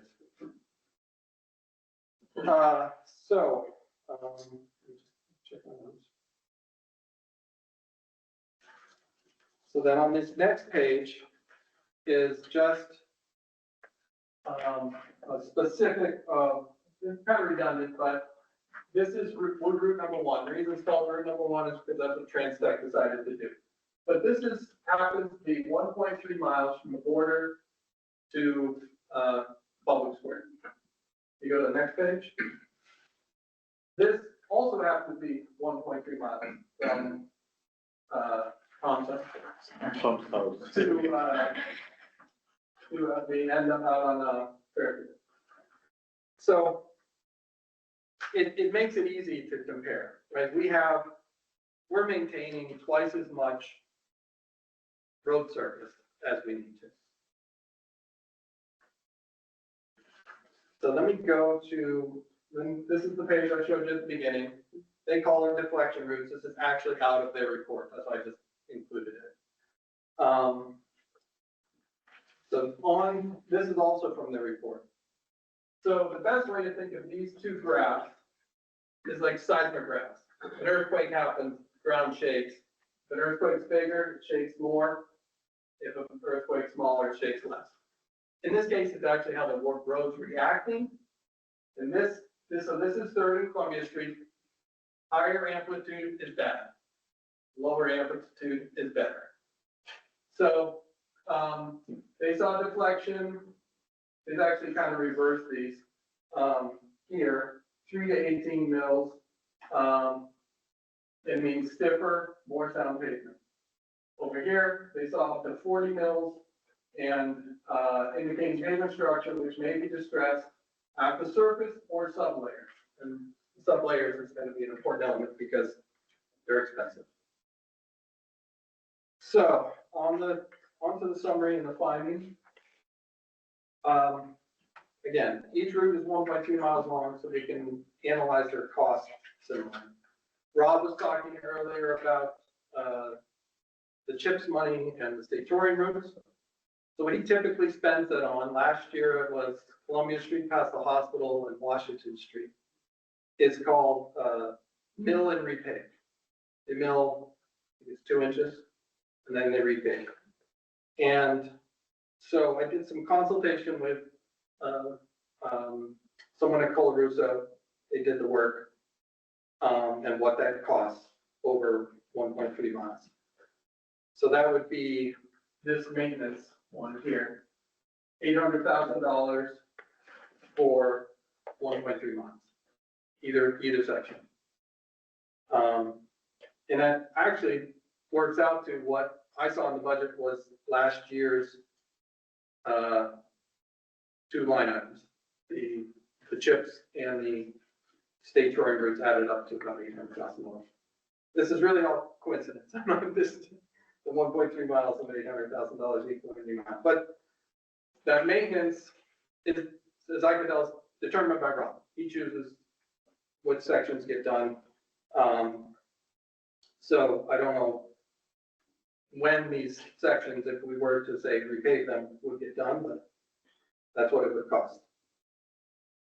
So the point of the higher deflection at Columbia and 3rd Streets was they believe, Transtech believes that the subsurface is inferior.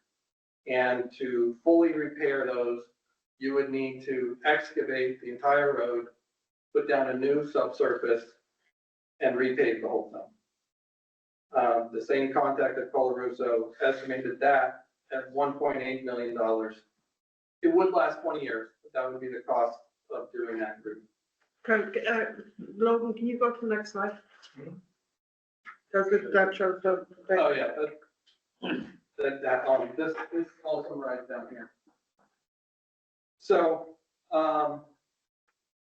but he said, I don't know how we would get it done. Can you imagine tearing up all of Columbia Street, digging it down, and bringing in material and all that? So he said, I'm just putting a number out there, what I think it would cost, but it would be a very difficult thing to do. So then Worth Avenue through Warren, Park Place, Green Street, that section, again, could be milled and repaved, and they felt comfortable with that. And if that was done, they felt it would last 10 years. So that would need to be done twice in a 20-year cycle. That's kind of what we looked at, 20-year life cycle. So that's referred, it's here. So if the Route 1 is eliminated as a truck route, it just goes in and is treated as any other street, and whenever Rob repaves streets, we repave streets.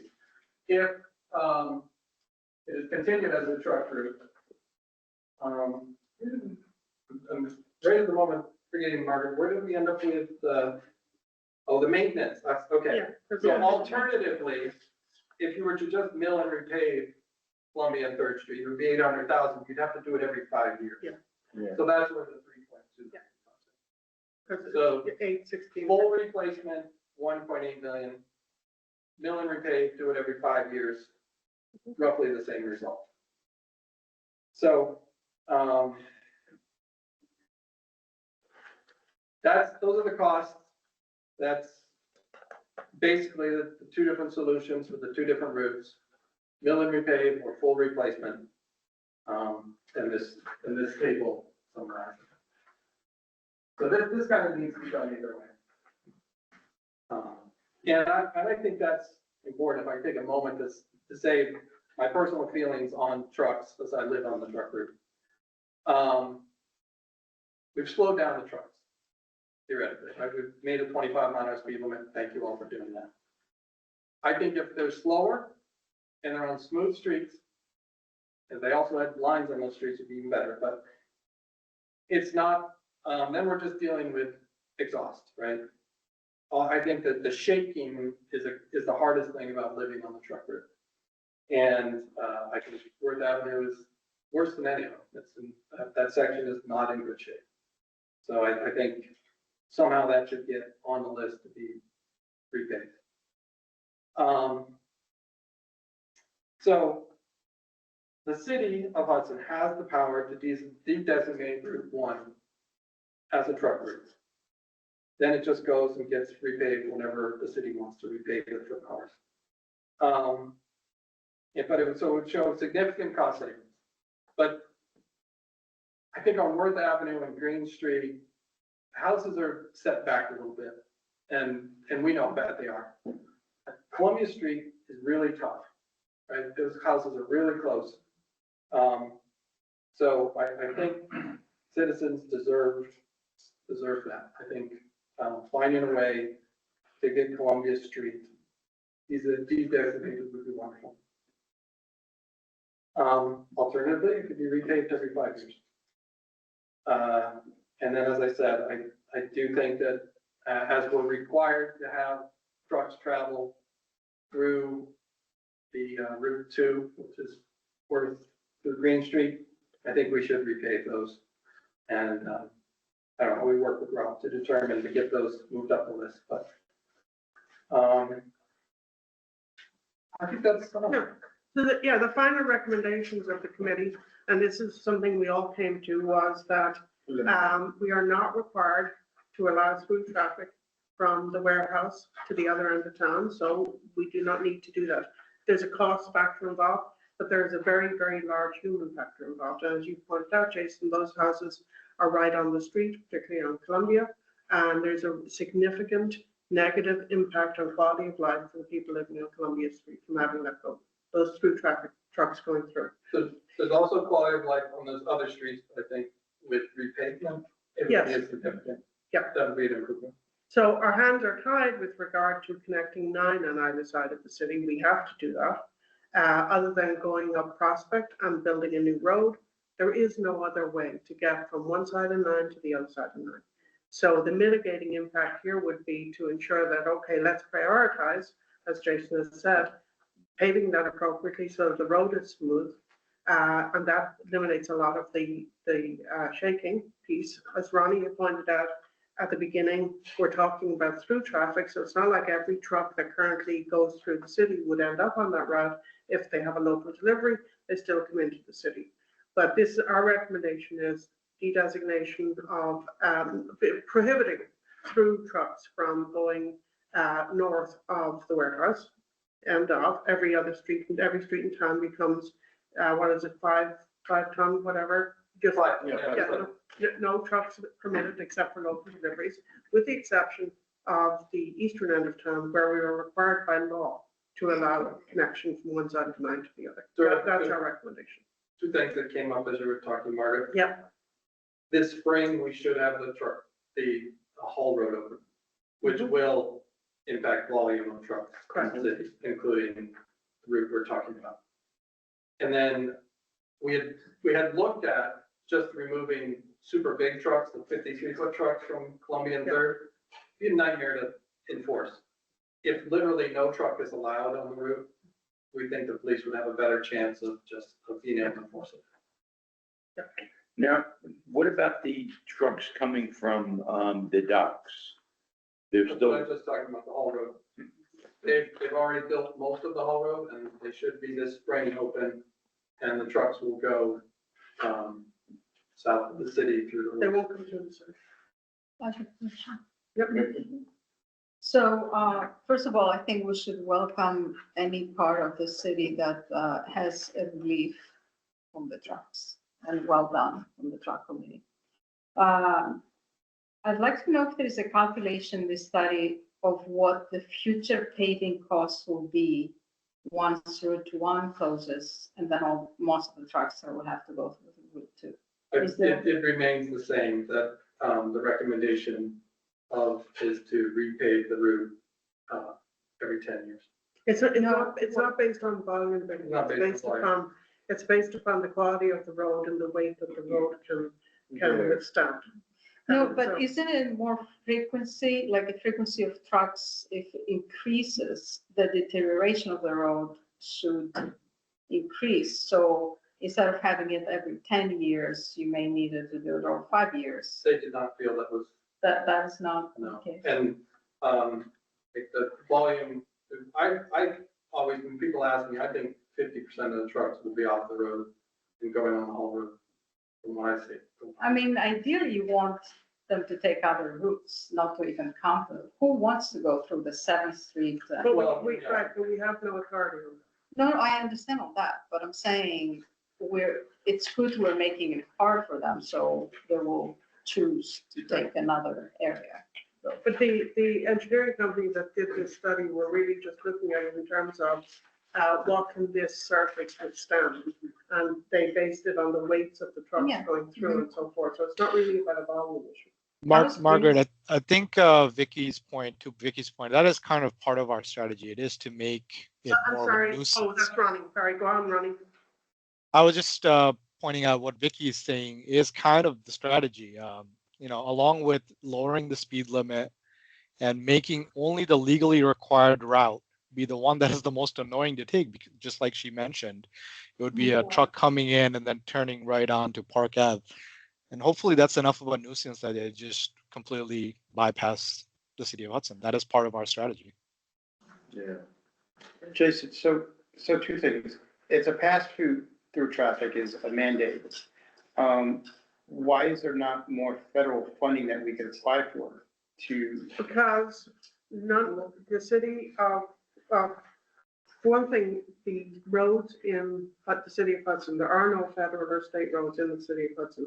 They're all city roads, and we have full maintenance and operation of those roads, which is why we get the funding that we get for the repaving and so forth. But we actually have M&O on all of those roads.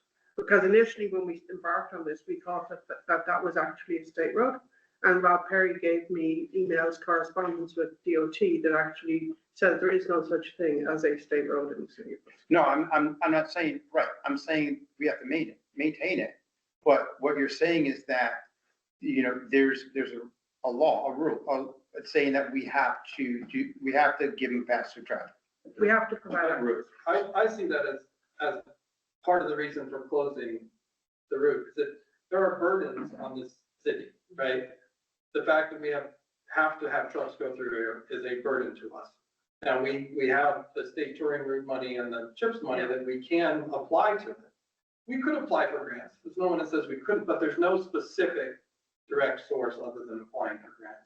Now, Route 2, right, is through the city. It's actually shorter though than Route 1, right, as it comes through. Sure. 1.3 miles each.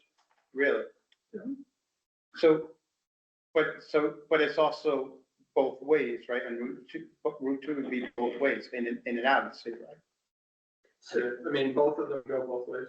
So the difference, Dominic, is that the first route, which comes up past the warehouse, Right. basically the mileage on that is to get you to the Park Place Park, right? Right. That's what that is.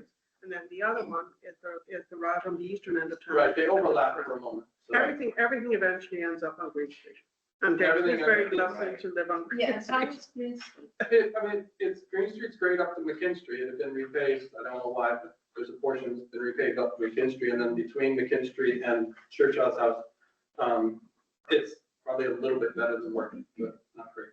I have a lump right in front of my house, and that's the problem for a lump. So you're saying that, doing one route, it allows us to put more quality into the maintenance of that route, Yes, right? yes. Where now we're not splitting that into two, alternate times with the two routes. It would be very difficult More with the funding concentration. source that we have to do both. Right. But with the funding source we have, I think we could fit in. If we were maintaining the route from West to Fairview to 60 23B, that would really mitigate the negative impact.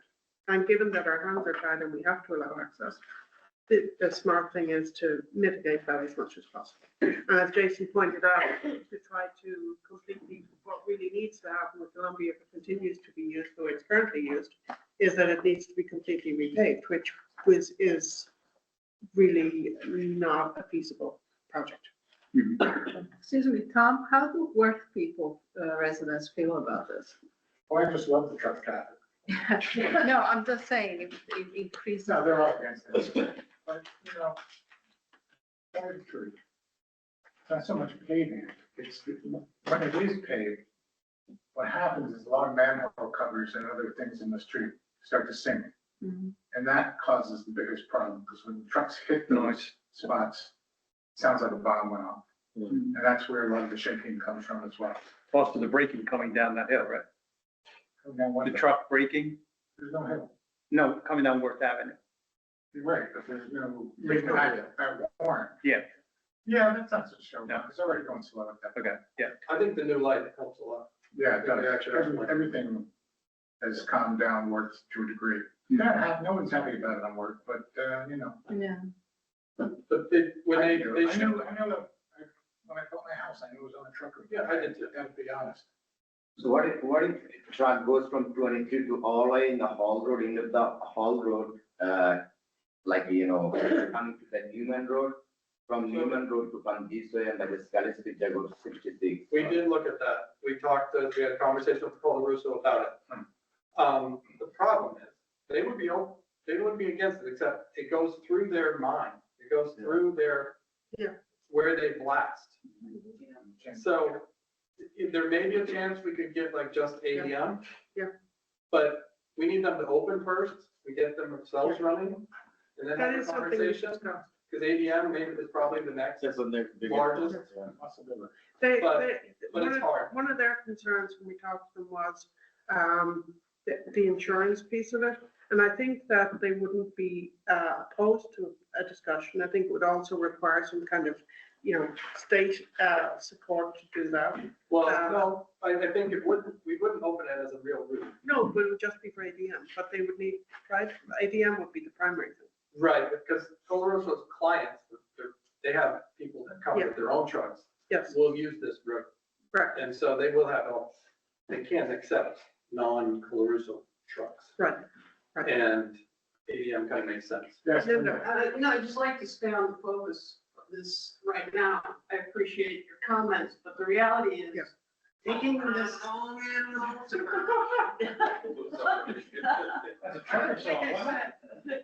Let's focus on what.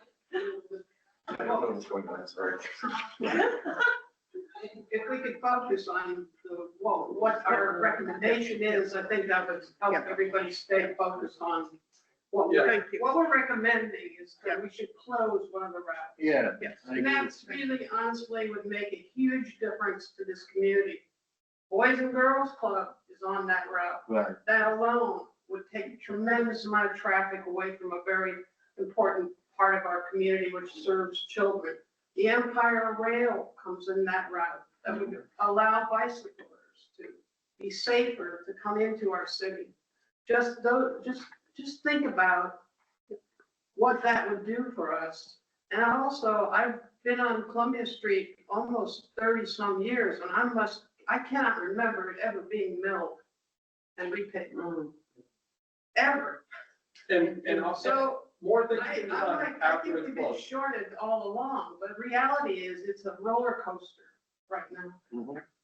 My eyes on this corner. I'm on state and I feel the gigs. So I just like, I think if the council really took it up and said, let's do this and have the police help divert the traffic. And I think we're gonna get a lot less traffic in our city, totally. You know, they're just not gonna be bothered to go all the way around and come back by Tom's house. And they definitely don't follow the speed limit. They don't follow the This is speed called limit. I don't. doxing. The trucks. Yeah. They go pretty fast. Since you're right here, I thought I would include you. No, So anyway, yeah. that's my cue. Thank you. I have a question just in terms of how is this information communicated to trucks so that it's successfully shipped Because I know there's so many errors anyway, because we have mistakes. That will be a project we have to do with science. And does the state get involved? No, unfortunately, Yes. we can't do anything. We've looked at the GPS thing. That's not really an option that we can do anything about.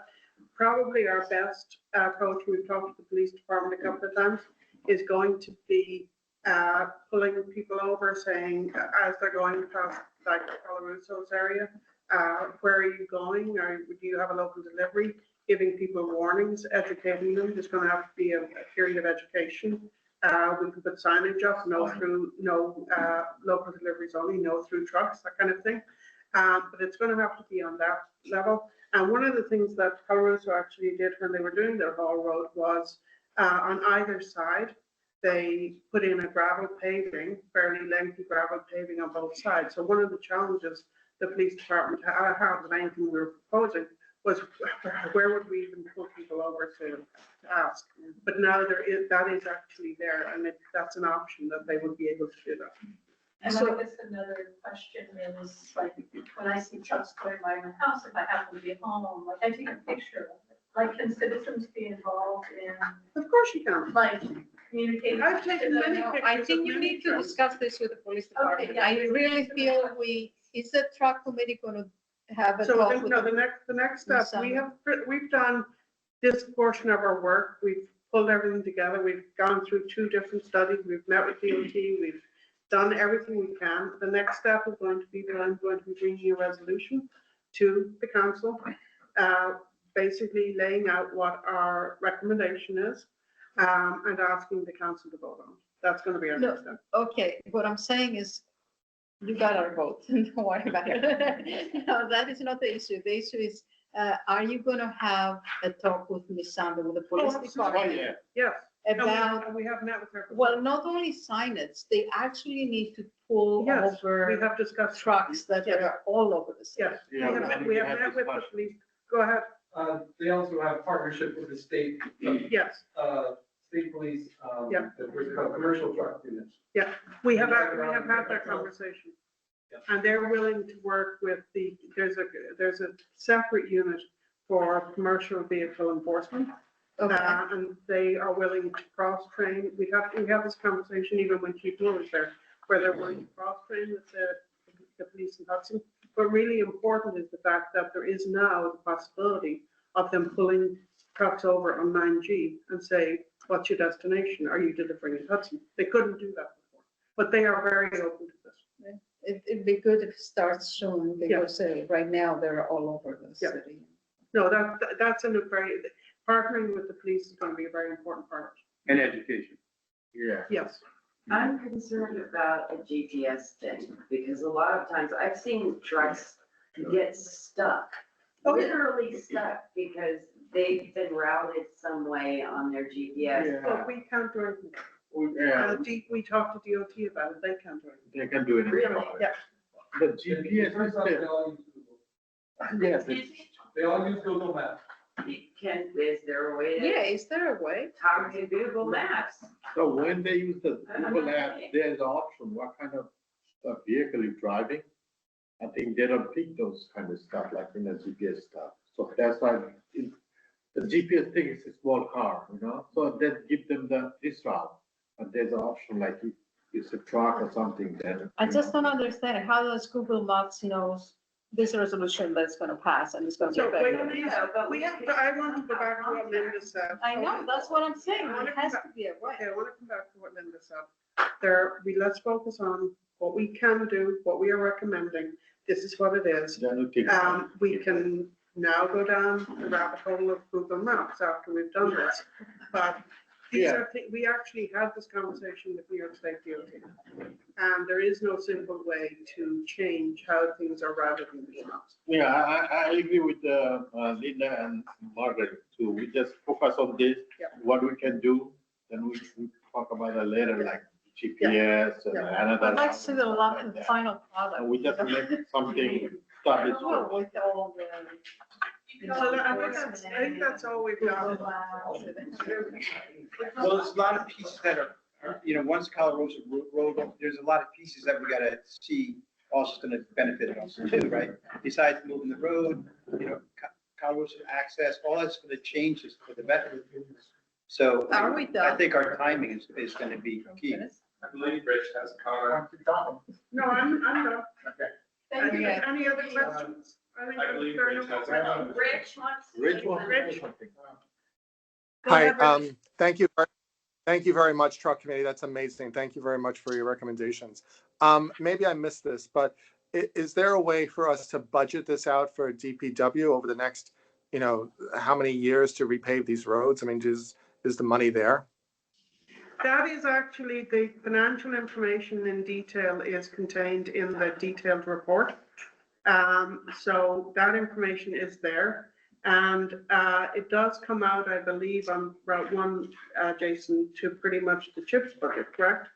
Yes, but as of right now, the process is Rob Perry chooses the street. Right. So I mean, I think I the don't thing, know how the council works yeah. within the two. I think the thing would be to make sure that that gets prioritized so that the city determines that this is the route that must be prioritized. But it does come out to about one round of CHIPS money. Okay, great. Thanks. Okay. Do we have other items on the agenda or not? Okay. Motion to adjourn. Motion to adjourn. All right. All in favor, say aye. All right. Next week, Margaret.